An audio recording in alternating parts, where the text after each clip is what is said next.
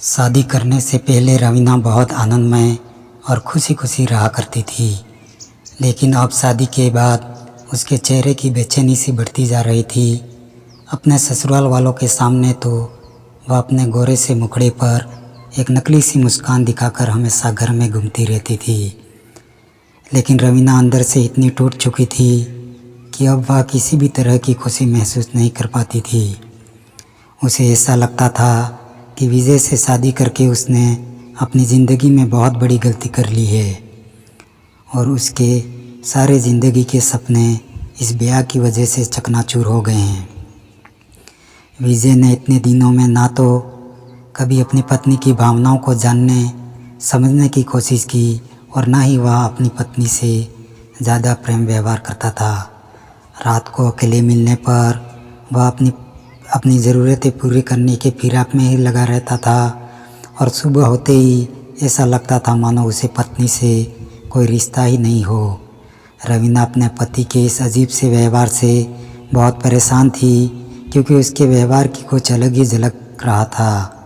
पति पत्नी के जीवन यापन में सुख दुख को लेकर ईश्वर द्वारा बनाया एक पवित्र रिश्ता है, लेकिन यहाँ पर तो उसका पति उसके एक अलग ही दृष्टि से देखता था।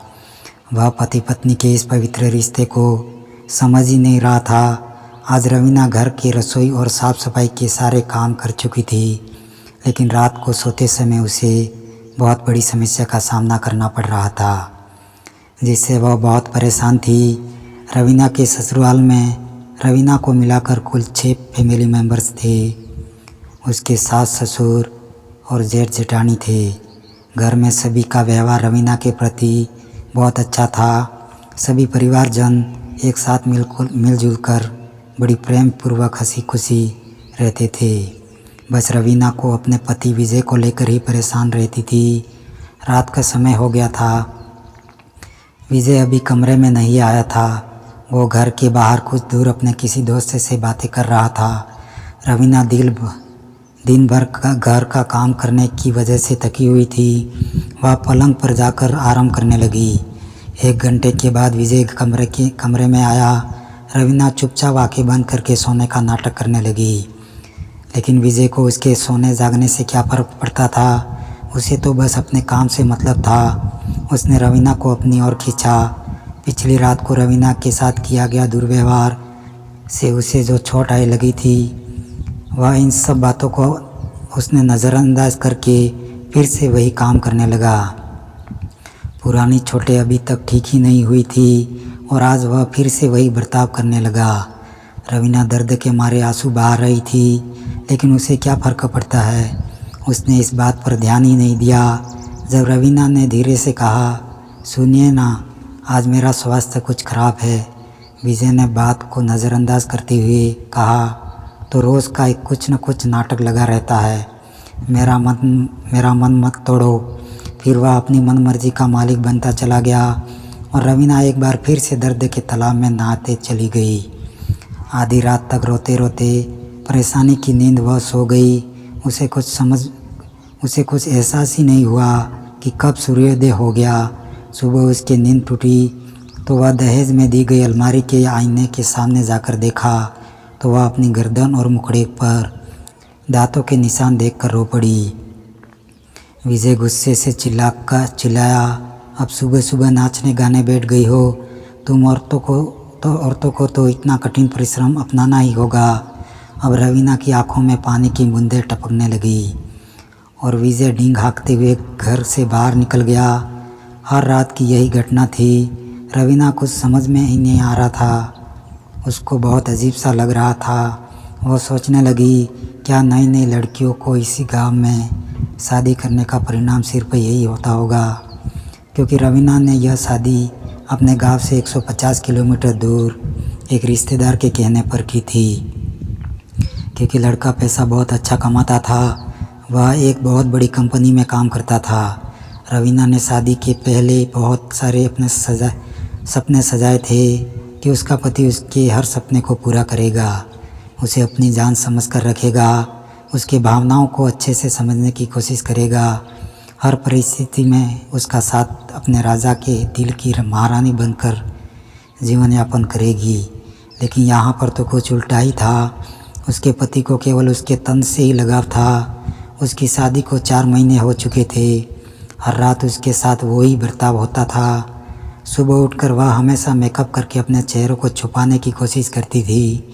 घर में सबको यही लगता था कि नई नवेली दुल्हन है, इसलिए वह इतना सज धज कर रहती है। उसकी जेठानी भी उसे कुछ नहीं बोलती थी। सास भी मुँह छिपा कर हंस देती थी, लेकिन उन दोनों के अलावा किसी को नहीं एहसास था कि बंद कमरे में उसके साथ क्या होता है। उस समय तो वह भी हल्की सी मुस्कान के साथ शर्मा कर रह जाती थी, लेकिन उसका अंतर्मन बहुत परेशान था। इज्जत के खातिर वह अपनी परेशानी किसी को बताने से भी डरती थी। अंदर से बड़ी बेचैन रहती थी। अब तो दर्द को सहना उसकी मजबूरी बन चुकी थी। अगर उसे सुबह उठते ही कोई देख ले तो वह ऐसे लगती थी जैसे उसके शरीर में कोई जान ही ना हो। नहा धोकर अपने तन पर काले पड़े निशानों को मलती थी।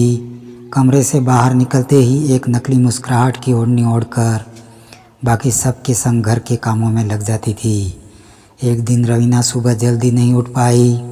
वह जल्दीबाजी में हाथ पैर धोकर और बहुत सारा मेकअप अपने चेहरे पर लगाकर रसोई घर में काम करने के लिए पहुंच गई। जेठानी उसे मजाक करते हुए बोली, क्या हुआ है देवरानी जी? लगता है आजकल नींद आप पर हावी हो रही है। क्या देवर जी रात में आराम नहीं करने देते? रवीना के काम करते हुए हाथ यकायक से रुक गए और रात के भयानक नज़ारे उसकी आंखों के सामने दिखने लगे।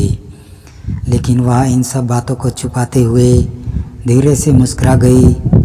जेठानी सुषमा की नज़र अचानक से उसकी खोली पीठ पर पड़ी। उसकी गोरी पेट पर दांतों के निशान देखते ही सुषमा हैरान रह गई। उसने झट से रवीना के कंधे पर हाथ रखते हुए कहा, रवीना तुम ठीक तो हो?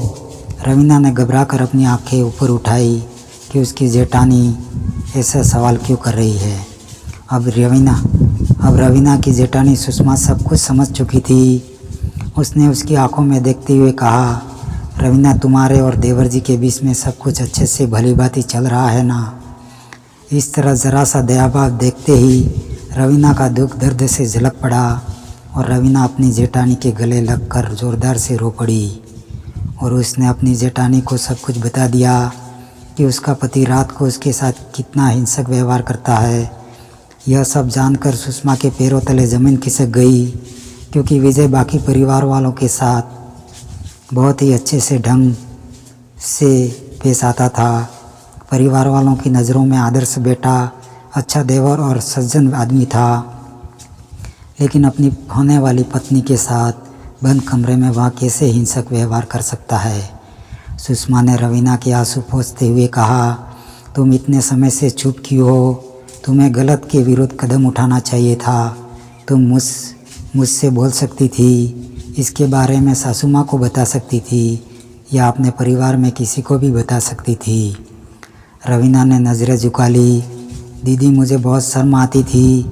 मुझे लगता था कि परिवार वालों को इसके बारे में मालूम चलेगा तो वो मेरे प्रति कैसा व्यवहार करेंगे।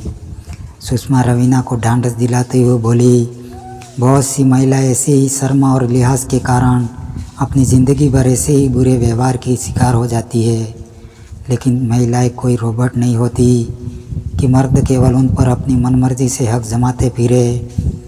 उनमें भी कुछ भावनाएं होती है। उन्हें भी दर्द का एहसास होता है। अगर पति को ऐसा लगता है कि पत्नी के साथ जैसे चाहे वैसे अधिकार जमाए तो पत्नी के अच्छे सेहत का भी ख्याल रखना उसका फ़र्ज है। तुम पर अधिकार तो जता लिया, लेकिन क्या तुम्हारे स्वास्थ्य और सुरक्षा का कोई वादा निभाया? रवीना ने सर नीचे कर लिया तो सुषमा उसका हाथ पकड़कर उसे सासू माँ के कमरे में चली गई। जसोदा जी उस समय टीवी देख रही थी। सुषमा ने उसके हाथों से रिमोट लेकर टीवी बंद कर दिया तो जसोदा जी बोल पड़ी, अरे बहू टीवी क्यों बंद कर लिया? देश दुनिया की खबर भी नहीं देखने दोगी? तब सुषमा उनके पास बैठते हुए बोली, मम्मी जी देश दुनिया की खबरें बाद में देख लीजिएगा, पहले यह देखिए कि आपके घर में कैसा बर्ताव हो रहा है। इतना कहकर उसने रवीना के पेट का निशान उन्हें दिखा दिया और सारी बातें भी बता दी। जसोदा भी अपना सिर पकड़कर बैठ गई और कहने लगी, मुझे नहीं पता कि मेरा बेटा ऐसा भी व्यवहार कर सकता है। वह जो भी कर रहा है बहुत ही गलत कर रहा है। आने दे विजय को। अरे पापा जी को भी मैं विजय के इन हरकतों के बारे में सब कुछ बताती हूँ, फिर पूरा परिवार मिलकर उसे समझाएंगे। रवीना को अपनी बेचैनी को लेकर कुछ राहत मिल चुकी थी। उसका पूरा फैमिली उसके साथ था। शाम को जब विजय ड्यूटी करके घर आया तो उसके पिता मुकेश जी ने उसे आवाज़ देकर अपने कमरे में बुलाया। विजय पिता के कमरे में पहुंचा तो मुकेश जी ने उसे समझाते हुए कहा, बेटा देखो, पति पत्नी का रिश्ता 7 जन्मों का एक पवित्र रिश्ता होता है, लेकिन जो पति अपनी पत्नी से केवल ज़रूरतें पूरी करने का जरिया समझते हैं वह बिल्कुल गलत है। पति अपने जीवन संगनी के साथ सुख दुख का भागी होता है। यह बात सुनकर विजय का चेहरा शर्म के मारे फीका हो गया। उसका चेहरे का रंग ही करवटें बदलने लगा, मानो उसकी कोई चोरी पकड़ी गई हो। विजय ने घबराते हुए कहा, हाँ पापा, मैं बहुत अच्छे से जानता हूँ, लेकिन आप यह सब ज्ञान मुझे क्यों सिखा रहे हो। मुकेश जी कड़क आवाज़ में बोले, देखो बेटा, बहू ने हमें सब कुछ बता दिया है कि तुम बहू के साथ अलग अलग तरीके से मनमानी करते हो। वह भी तेरी तरह एक इंसान है, वह कोई रोबोट मशीन नहीं है, उसमें भी भावनाएं हैं। तुम्हें अपनी पत्नी रवीना का ध्यान रखना चाहिए, ना कि उसे दर्द देना चाहिए। पत्नी को दर्दनाक पीड़ा देखकर ही तुम्हें वैवाहिक जीवन का सुख लेना है। पिता की बात सुनकर विजय ने सिर झुका लिया। उसे अजीब सी गर्मी महसूस होने लगी। वो धीरे आवाज़ में बोल पड़ा, पापा, पता नहीं मुझे उस समय अजीब सी हरकत क्यों हो जाती है। मैं उस समय एक अलग प्रकार का इंसान बन जाता हूँ। मैं भी उसे जब सुबह उठकर उसे रोते हुए देखता हूँ तो मैं उस पर चिल्ला उठता हूँ। साथ में मुझे खुद पर भी बहुत गुस्सा आता है। मैं रोज़ मन ही मन सोचता हूँ कि मैंने गलत किया है, अब उसे कोई हानि नहीं पहुँचाऊँगा, लेकिन मुझे भी समझ में नहीं आ रहा है कि ऐसा क्यों हो रहा है। ये कहते कहते विजय रोने लगा तो मुकेश जी समझ गए कि उनके बेटों को मदद की सख्त ज़रूरत है।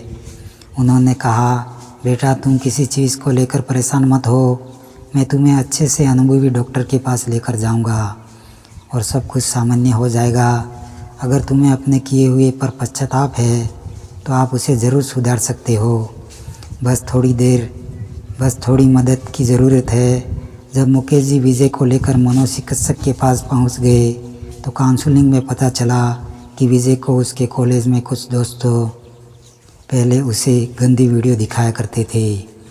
उन सब चीज़ों का उसके दिमाग पर बहुत गहरा असर पड़ा था और अब वह अपनी पत्नी के आने के बाद अपने वैवाहिक जीवन में भी वही सब अपनाने लग गया था। अब डॉक्टर को दिखाने के बाद विजय का व्यवहार धीरे धीरे अच्छा होता चला गया और वह अपनी पत्नी के साथ एक दोस्ती वाला खूबसूरत रिश्ता बना रहा था। अब वह अपनी पत्नी के साथ अच्छे से व्यवहार करने लग गया और सुख दुख का बड़ा ख्याल रखता था। अब वह रवीना के हर मनोभावों को समझता था और जब वह प्यार से उसके करीब आता था तो दोनों के रिश्ते में प्रेम की महक आया करती थी।